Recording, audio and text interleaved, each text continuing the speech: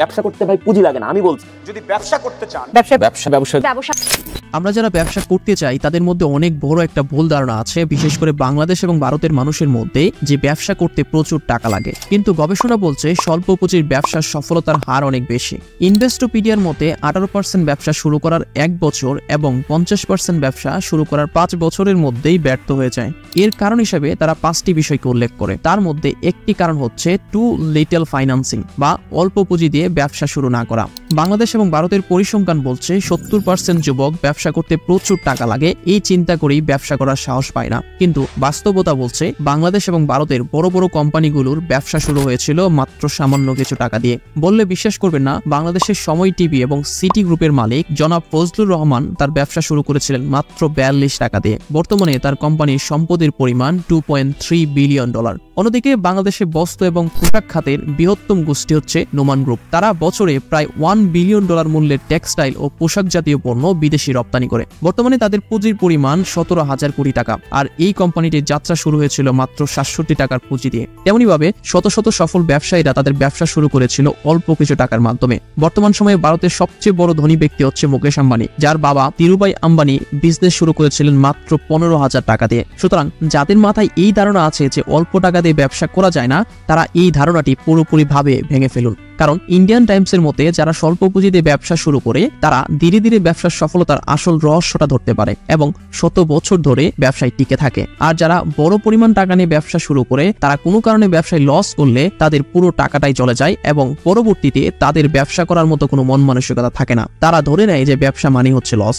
তো আজকের ভিডিওতে আমি এমন 3টি অল্প পুঁজির ব্যবসা নিয়ে আলোচনা করব যেগুলো বর্তমানে 2024 সালের জন্য সবচেয়ে উপযোগী ব্যবসা এবং যার মাধ্যমে আপনি ইচ্ছা করলে আগামী কয়েক বছরের মধ্যে ব্যবসায় সফলতা আনতে পারবেন। এই 3টি ব্যবসার মধ্যে এমন একটি ব্যবসা রয়েছে যে ব্যবসাটি অনেক বেশি সম্মানের এবং এই ব্যবসায় 20 থেকে 40% পর্যন্ত লাভ করা সম্ভব। আমি কোনো প্রকার চাপা মারছি না, এটা বাস্তব এবং সত্য। বিশেষ করে যারা গ্রাম এবং শহরের কাছাকাছি থাকেন এই ব্যবসাটি তাদের জন্য সবচেয়ে বেশি উপযোগী। তবে এই ব্যবসাগুলো করার আগে আপনাকে সারা বিশ্ব এবং বাংলাদেশের বর্তমান পরিস্থিতি সম্পর্কে একটু খোঁজ খবর রাখতে হবে। কেন রাখতে হবে সেটা বলছে, তার আগে এই ভিডিওটি দেখে নিন। যদি ব্যবসা করতে চান সারা পৃথিবীতে কি ঘটতেছে, আমার দেশে কি ঘটতেছে, কোন জায়গায় কি চেঞ্জ হয়েছে, কোথায় কি পাওয়া যায়, কেন পাওয়া যায়, কার থেকে আনবো, এই সবগুলো জিনিস একটু বোঝার চেষ্টা করবেন। আমাদের দেশে এবং সারা পৃথিবীতে আগামী 2 বছর ইজ এ ব্যাড টাইম। আমি সিঙ্গাপুর ফিনটেক ফেস্টে গিয়েছিলাম, যেখানে পৃথিবীর আর্থিক সবাই এক হয়। 2023 আর 24 বাজে অবস্থা যাবে। এই ভিডিওতে সুলেমান শোকন ভাইয়ের প্রতিটি কথাই খুব গুরুত্বপূর্ণ। বিশেষ করে এই 2024 সালে যদি আপনি ব্যবসা করতে চান তাহলে আপনাকে ব্যবসার সার্বিক পরিস্থিতি সম্পর্কে জানতে হবে। কেন জানতে হবে? তার কারণ হচ্ছে বর্তমান সময়ে ইউরোপ আমেরিকাতে যা হচ্ছে আগামী 5 থেকে 10 বছর পর বাংলাদেশে তা হবে। বিষয়টা সহজভাবে বুঝতে হলে আপনাদের একটু লন্ডন থেকে ঘুরে আসতে হবে। সময়টা 1770 সালে, যখন ইউরোপে সবেমাত্র শিল্প বিপ্লব শুরু হয়। নানা জায়গায় গড়ে ওঠে বড় বড় শিল্প কারখানা। প্রচুর মানুষ চাকরির আশায় গ্রাম থেকে শহরে আসতে থাকে। একদিকে শহরের জনসংখ্যা বাড়তে থাকে আর গ্রামের জনসংখ্যা কমতে থাকে। এতে গ্রামে যারা কৃষি কাজ করত তাদের অধিকাংশ মানুষ শহরে এসে চাকরি করতে শুরু করে, যার ফলে গ্রামের ফসল উৎপাদন আগের থেকে অনেক কমে যায়। এর জন্য শহরের খাদ্যপণ্যের অভাব দেখা দেয়। তাই শহরের মানুষের খাদ্যের চাহিদা পূরণের জন্য হাইব্রিড, খামার এবং ফরমালিনযুক্ত খাদ্যের ব্যাপক প্রভাব বিস্তার করে। তখন শহরের মানুষ হাইব্রিড খাদ্যকেই সুষম খাদ্য বলে গ্রহণ করতে থাকে। কিন্তু কিছুদিন পর যখন দেখা যায় এই খাবারের ফলে অসুখ এবং রোগবালের পরিমাণ বেড়ে যাচ্ছে, তখন সবাই সচেতন হয়ে এর বিরুদ্ধে আন্দোলন শুরু করে। মূলত এর পর থেকেই মানুষের মাঝে সুষম খাদ্য এবং অর্গানিক ফুড গ্রহণের প্রবণতা বৃদ্ধি পায়। 1940 সালের দিকে ইউরোপে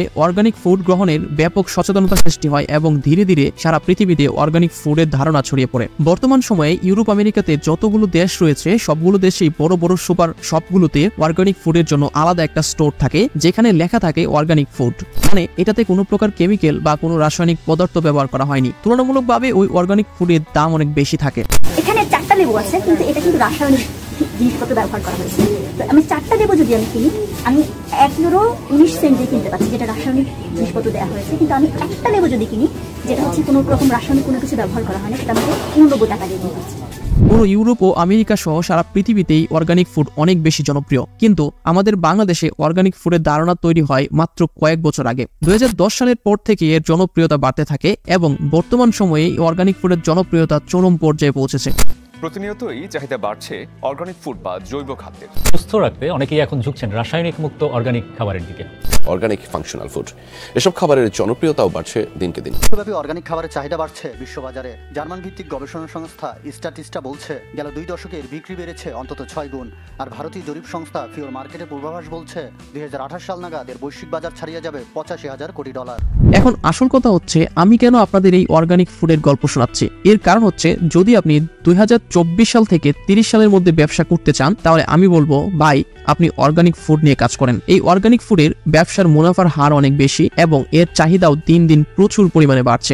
অর্গানিক ফুডের জনপ্রিয়তা নিয়ে বাস্তব একটা উদাহরণ দেই। আমাদের মধ্যে অনেকেই হয়তোবা ডক্টর জাহাঙ্গীর কবিরকে চিনেন। তিনি শুধুমাত্র অর্গানিক ফুডের পরামর্শ দিয়ে কোটি কোটি টাকা কামাচ্ছেন। বাংলাদেশে তিনি মূলত অর্গানিক ফুডের ধারণাকে ব্যাপকভাবে বিস্তার করেন। তিনি মানুষকে এটা বোঝানোর চেষ্টা করছেন যে এই হাইব্রিড পণ্য খাওয়ার ফলে মানুষ দিনের পর দিন অসুস্থ হয়ে যাচ্ছে। আজ থেকে 15-20 বছর আগেও ডায়াবেটিস, গ্যাস্ট্রিক, মাথা ব্যথা এই ধরনের রোগগুলো ছিল না। যখন থেকে মানুষ প্রসেস ফুড এবং হাইব্রিড খাবার খেতে শুরু করেছে তখন থেকে এই রোগগুলো সৃষ্টি হয়। আর এই বিষয়ে ধারণা দিয়েই বর্তমানে তার ইউটিউব চ্যানেলে 2.4 মিলিয়ন সাবস্ক্রাইবার এবং ফেসবুক পেজে 3 মিলিয়ন ফলোয়ার্স রয়েছে। তিনি পেশায় ডাক্তার হলেও মূলত তিনি অর্গানিক ফুড নিয়ে বিজনেস করছেন। মানুষকে সচেতন করার পাশাপাশি তিনি তার কোম্পানির মাধ্যমে কোটি কোটি টাকা কামাচ্ছেন। আমার মনে হয় একজন সাধারণ ডক্টর যা ইনকাম করে তার থেকে অনেক গুণ বেশি টাকা তিনি ইনকাম করছেন। তো যাই হোক, আমি আপনাদের এটা বোঝাতে যাচ্ছি যে যদি আপনি ব্যবসা করতে চান তাহলে এমন কোনো জিনিস নিয়ে ব্যবসা করা উচিত যা আগামী 50, 60, 100, 200 বছর পর্যন্ত এর চাহিদা থাকবে এবং দিনের পর দিন এর চাহিদা বৃদ্ধি পাবে। তো আপনার মাথায় এটা ঢুকিয়ে নিন যে যতদিন পর্যন্ত এই পৃথিবী থাকবে এবং মানুষ শহরে বসবাস করবে ততদিন পর্যন্ত এই অর্গানিক ফুডের চাহিদা থাকবে। এখন কি ধরনের অর্গানিক ফুড নিয়ে কাজ করতে পারেন এবং কিভাবে করবেন সে সম্পর্কে ধারণা দেই। বলতে পারবেন বর্তমান সময়ে শহরের মানুষের খাবারের নামে সবচেয়ে বেশি বিষ খাচ্ছে কোন খাদ্যপণ্যে? সেটা হচ্ছে ভাত। শহরের মানুষ মিনিকেট এবং নাজিরশাহী নামে যে চাল খাচ্ছে সেগুলো এক প্রকার বিষ বললেই চলে। কারণ আমরা জানি ভাত আমাদের শরীরের শক্তি এবং পুষ্টির অন্যতম উৎস, কিন্তু এই চালগুলো থেকে সেই পুষ্টিগুণ কারখানার মেশিনের মাধ্যমে ছেটে ফেলা হচ্ছে। তো এখন প্রশ্ন হচ্ছে কেন মানুষ জেনে শুনে এই চাল খাচ্ছে? এর দুইটা সহজ উত্তর রয়েছে। প্রথমটা হচ্ছে গ্রামের মানুষ যে চাল বা ভাত খায় সেগুলো শহরে পাওয়া যায় না, আর দ্বিতীয়টা হচ্ছে এখানে অসাধু ব্যবসায়ীদের অনেক বড় একটা লাভের অংশ আছে।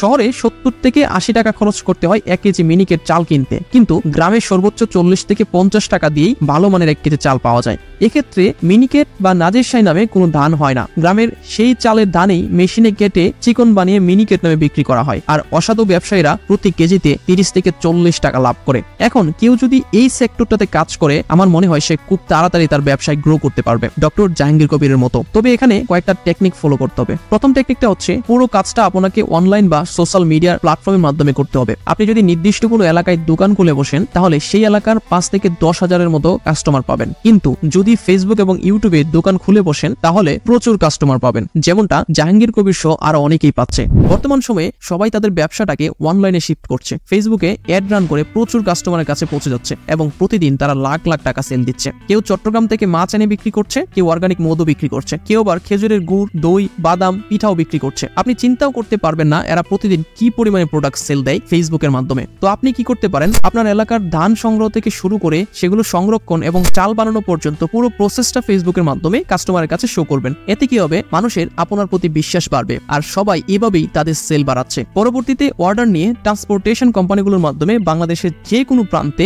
1 থেকে 2 দিনের মধ্যে সেই চাল পৌঁছে দিতে পারবেন। তবে আপনি যদি চাল নিয়ে ব্যবসা করতে চান তাহলে মিনিমাম 1 থেকে 2 লাখ টাকা নিয়ে ব্যবসা শুরু করতে হবে ছোট পরিসরে। আর যদি অন্যান্য অর্গানিক ফুড নিয়ে কাজ করতে চান তাহলে 50 থেকে 80 হাজার টাকা দিয়ে শুরু করতে পারেন। যাই হোক, এই সম্পর্কে যদি বিস্তারিত জানতে চান তাহলে কমেন্টে জানাতে পারেন। আমি চেষ্টা করব অন্য আরেকটা ভিডিওতে এই অর্গানিক ফুডের বিজনেসের পুরো প্রসেসটা আপনাদের সামনে তুলে ধরতে। তো দ্বিতীয় বিজনেসটা হচ্ছে স্যানিটারি প্রোডাক্ট। স্যানিটারি প্রোডাক্টের কথা শুনে অনেক হয়তো অবাক হতে পারেন, কিন্তু বর্তমান সময়ে বাস্তবতা আগের থেকে একটু ভিন্ন। আপনাকে যদি বলা হয় হারিকেন এবং বাল্ব এই দুইটা পণ্য থেকে যে কোনো একটা পণ্য নিয়ে ব্যবসা করতে, তাহলে আপনি কোন পণ্যটা নিয়ে ব্যবসা করতে চাইবেন? নিশ্চয়ই বাল্ব নিয়ে ব্যবসা করতে চাইবেন। কিন্তু কেন? এর কারণ হচ্ছে হারিকেন বর্তমান সময়ে কেউ কিনবে না, সবাই বৈদ্যুতিক বাতি ব্যবহার করে। তো জেনে বুঝে কেউ এই ধরনের প্রোডাক্ট নিয়ে ব্যবসা করতে চাইবে না যেটার মধ্যে নিশ্চিত 100% লস হবে। তেমনি ভাবে আপনি যদি আপনার এলাকার আশেপাশে একটু তাকিয়ে দেখেন তাহলে দেখতে পাবেন আগে যে টিনের ঘরগুলো ছিল সেগুলো বর্তমানে বিল্ডিং হয়ে গেছে। আর শহরের কথা তো বাদই দিলাম। তো যত বেশি বিল্ডিং হবে স্যানিটারি প্রোডাক্টের চাহিদা তত বেশি বাড়বে।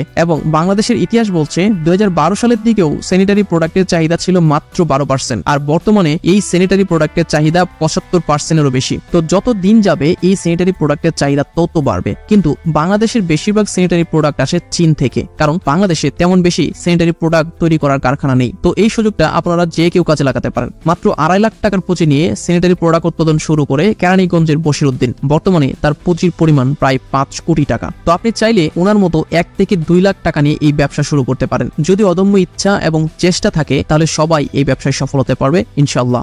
তৃতীয় যে ব্যবসাটার কথা আমি বলবো, সেই ব্যবসায় আপনি 50 থেকে 30% পর্যন্ত লাভ করতে পারবেন। মানে যদি আপনি দৈনিক 10,000 টাকার প্রোডাক্ট বিক্রি করতে পারেন তাহলে 3 থেকে 5,000 টাকা লাভ করতে পারবেন। শুনতে হাস্যকর মনে হলেও এটাই বাস্তব যে ফার্মেসি ব্যবসায় 30 থেকে 50% পর্যন্ত লাভ করা যায়। এটা আমি বলছি না, যারা অলরেডি ব্যবসা করছে তারাই বলছে যে ফার্মেসি ব্যবসার মধ্যে 30 থেকে 50% পর্যন্ত লাভ হয়। তবে বাংলাদেশে 10 থেকে 20টা কোম্পানি আছে যারা শুধুমাত্র 10 থেকে 20% পর্যন্ত লাভ দিয়ে থাকে। কিন্তু বাংলাদেশে নিবন্ধিত 200টিরও বেশি ফার্মাসিউটিক্যাল কোম্পানি রয়েছে, বাকি 180টিরও বেশি কোম্পানি 30 থেকে 50% পর্যন্ত লাভ দিয়ে থাকে। তো যারা মূলত গ্রামে শিক্ষিত বেকার রয়েছেন তারা ফার্মাসিউটিক্যাল পণ্য বা ওষুধ নিয়ে ব্যবসা করতে পারেন। আর এই ওষুধের ব্যবসাটা একটা সম্মানী পেশা। মানে আপনি যদি একটা ফার্মেসি খুলে বসেন তাহলে দেখবেন সবাই আপনাকে আলাদা একটা সম্মান দিচ্ছে। তবে ফার্মেসি ব্যবসা শুরু করার আগে আপনাকে কয়েকটা বিষয় মাথায় রাখতে হবে। প্রথম বিষয়টি হচ্ছে ফার্মেসি ব্যবসার জন্য একটি ড্রাগ লাইসেন্স অবশ্যই লাগবে।